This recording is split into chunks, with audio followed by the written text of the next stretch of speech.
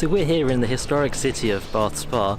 You can see the Roman baths and Bath Abbey behind me, and we're going to be asking the question today, is mathematics real? So this is a slightly philosophical question, but we're told a lot that maths is everywhere, maths is all around us.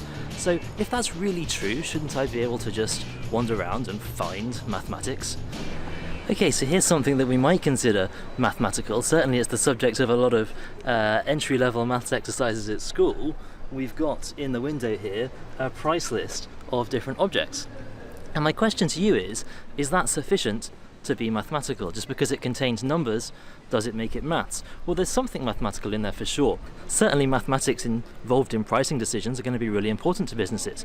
Whether they sell those objects for £1.50 or £3 or £5 is going to really impact on how many people buy those things, how much money they make, if they do, whether ultimately they can survive as a business. So there's clearly some level of mathematics involved in those prices that we've just seen there. But a lot of people would say that's not really a deep enough thing to be considered mathematics. It's just arithmetic. It's numerical, but it's not mathematical. So let's keep looking and see if we can find something better. So here's another great example of mathematics we found, actually one that's quite closely related to the research I do myself here. We've got a board here of exchange rates, and we can see different amounts that we're paying to buy the currency as opposed to sell it, and there's a lot of maths involved of course here in determining not just the correct number for what those exchange rates are, but also how big the spread should be, the difference between the buy price and the sell price in these exchange rates. Huge area of mathematical finance that's involved in setting those prices correctly. So it's interesting, one of the things that I was really expecting to find a lot more of as we walked around Bath Spa were Roman numerals, and as I've just wandered around I haven't really found a huge number of examples of them yet. They are here, I'm sure. But certainly we've got Arabic numerals here. In fact, the numbers that we usually tend to think of as normal numbers here, like 1739 or 1739 is the year, is a number that we think of as an Arabic numeral as opposed to a Roman numeral. I'm sure I'll find some Roman ones as we go around as well there, of course. Of course, I should say, although I've talked about Bath as an ancient Roman city, most of the architecture here is actually Georgian. Perhaps that's one of the reasons that I can't find all of the Roman numerals that I've been looking for. So I think if we're looking for applications of maths in Bath or in most large cities, it's hard to ignore this building here, the casino. Certainly within the casino there's an awful lot of maths going on. We can't go in at the moment because we're closed because of the lockdown, but the casino games full of odds and probability and betting and gambling games. Most of them are weighted against the people playing them, so as a customer here you're on the whole going to lose money. But interestingly, the mathematics that came out of gambling and betting has really become what we think of today as modern probability theory. The gambling involved in making bets has become the mathematics of insurance, has become the mathematics of mathematical finance. So when you take out an insurance contract, you're making a bet in a sense. You're going to get a payout if the washing machine that you've bought breaks, that contract pays out. Otherwise you lose your premium of however much you've paid to pay for that insurance. The mathematics of insurance contracts are very much like, in some ways, the mathematics of gambling games, and for that reason we'll definitely put this building on our list of mathematical places in Bath. Here we are, one more. We've got a firm of accountants here. Are they mathematicians? Well, debatable, but they certainly work with numbers and definitely root for a lot of qualified mathematicians once they finish their degrees. And here we are by the weir in Bath. Obviously a man-made structure here. Mathematical principles, look at the shape of that. Don't know, I reckon that might be some sort of conic section there, probably part of a hyperbola would be my guess. But certainly some thoughts that's gone into this. So not just in the way that we've constructed it, but the way the fluid flows itself. Mathematicians in research departments spend their whole careers just studying the way that fluids move through different shapes of objects. So actually, I bet there are people out there that have studied exactly how a fluid would move around a shape like this, just as they model how fluids and oils and all sorts of other things move through pipes, just as they do for technical pieces of machinery in cars, in all sorts of mechanical situations, anything where you've got a liquid moving around. So in the background here you can see the grounds of Bath Rugby, another thing that Bath is very well known for. Is there mathematics in sports? Well, yes, arguably there is, not just because sport is a business and involves money and things like that, but the game itself involves scores. There's an awful lot of strategy these days in all forms of sports. Areas of maths that overlap with economics, like game theory, and really abound. You know, do you take risky plays or do you take safer plays? You know, how do you behave when you're behind in a match as opposed to when you're winning in a match? All of these things are highly mathematically answerable questions. If you're enjoying this video, please don't forget to like the video and subscribe to the channel if you haven't already. This is a bit different to our usual content, so let me know in the comments if you'd like to see more of this sort of stuff. Here's a quick one look. Logistics company DPD. Incredible amounts of mathematics involved in making sure that these parcels get to the right places on time, and it's been an incredibly booming business over the last few years, really driven by improvements in statistics, in data, and all sorts of things like that. So the great thing about doing this in lockdown as well is everything's so quiet. Look, there's nobody around in Bath today. If you want to go out and take any photographs, I really recommend you do that now.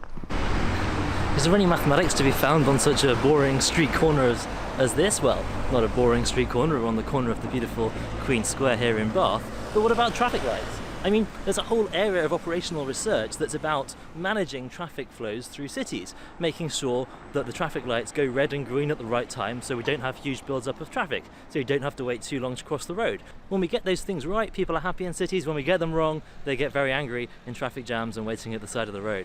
So what about this? Here's another object that's familiar from school-level mathematics. This pillar is cylindrical, and you can see that I'm on a road here full of cylindrical pillars, many more behind me and all around me. Very easy to find examples of interesting architecture in this city here in Bath. Without the careful design of these, without the consideration of their shapes, their structures, their form, the engineering of these things would simply have made these buildings fall down. And the remarkable thing is, many of the buildings here in Bath have been here for hundreds of years. The principles that guided the origins of architecture, the fundamentals of putting buildings up, are fundamentally mathematical and physical ones. So perhaps there's mathematics there.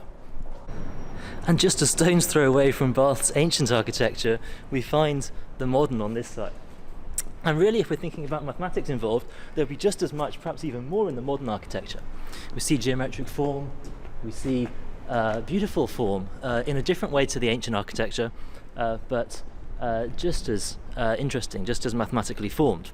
And really you have to spend almost no time at all walking around a city like Bath to find great geometry in the place. Almost every building in the old part of Bath here is full of mathematical structures, of rectangles, of semicircles, of arches, of all sorts of other interesting mathematical shapes and patterns and designs. Okay, we've got another iconic Bath location here, the circus buildings all around here in a circular shape. Okay, I think this has become as much a tour of Bath as a tour of maths around Bath now, but really hard not to when you're in a place like this. And here we are with Bath Abbey behind us. Just look at the majestic shape and structure and mathematical and architectural form that's here in such an old building. Finally I found some Roman numerals here. Let's have a look at this one. What have we got here? We've got MD, CCC, XC, III, so that'll be M for 1000, D for 500, 300s.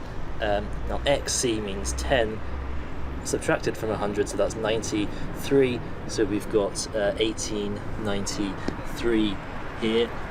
So far we've been looking around, and most of the things that we've found as examples have been man-made.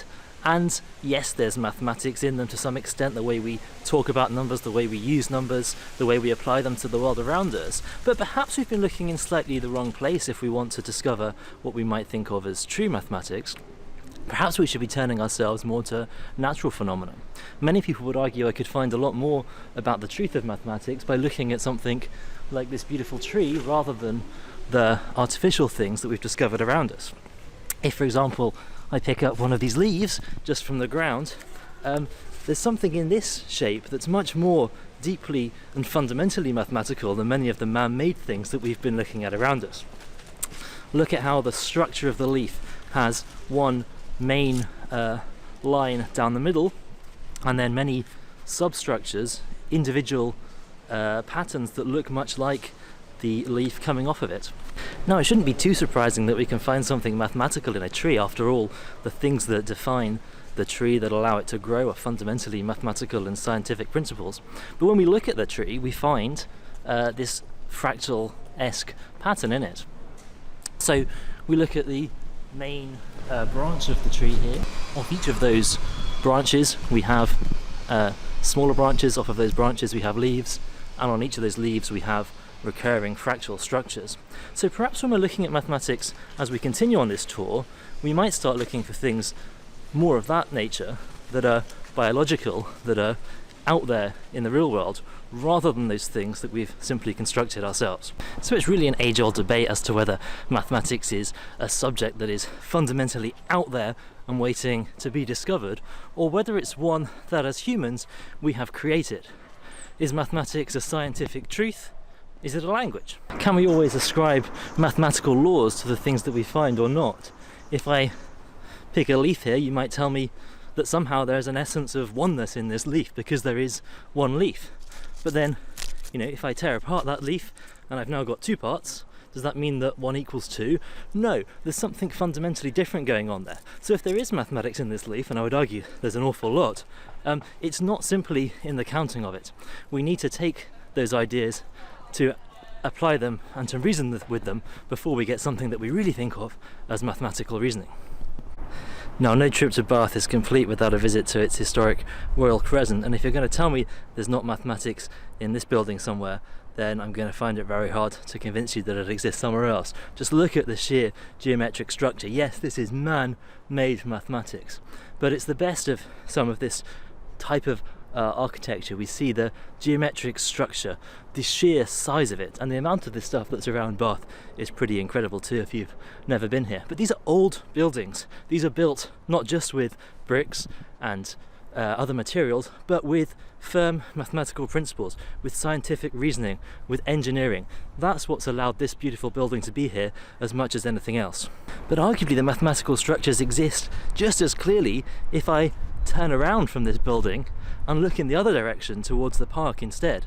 The trees, the grass, the natural environment around us is full of mathematical beauty, full of mathematical and scientific truth. But in all the years of scientific and architectural development, have we really managed to do anything as beautiful as replicating a simple tree like this one?